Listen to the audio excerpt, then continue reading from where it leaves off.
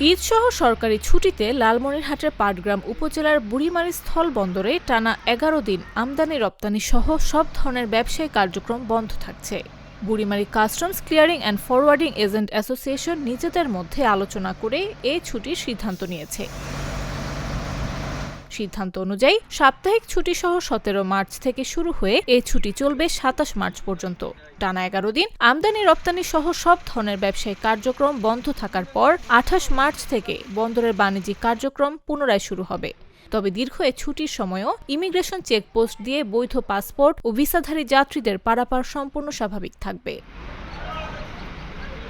CNF agent association সূত্রে জানা যায়, দীর্ঘ ছুটির বিষয়টি আনুষ্ঠানিকভাবে দুই দেশের সংশ্লিষ্ট সব কর্তৃপক্ষকে জানানো হয়েছে। অ্যাসোসিয়েশনের সাধারণ সম্পাদক এএসএম নিয়াজ নাহিদ স্বাক্ষরিত একটি চিঠি বুড়িমারী স্থল শুল্ক স্টেশন, স্থলবন্দর কর্তৃপক্ষ, জেলা ও পুলিশ প্রশাসন, বিজিবি, ভারতের চ্যাংরাবান্ধা কাস্টমস, বিএসএফ এবং ভুটানের সংশ্লিষ্ট শুল্ক কর্তৃপক্ষ সহ উভয় দেশের পরিবহন ও শ্রমিক সংগঠনকে দেয়া হয়েছে।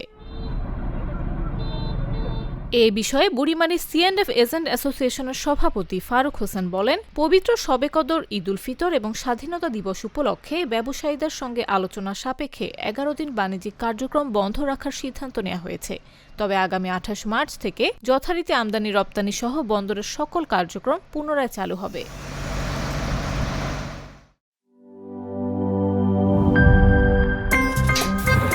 আমার একটা স্মার্ট সিদ্ধান্তে ২৫% গ্যাসের খরচ কমেছে। ভাবছেন কিভাবে?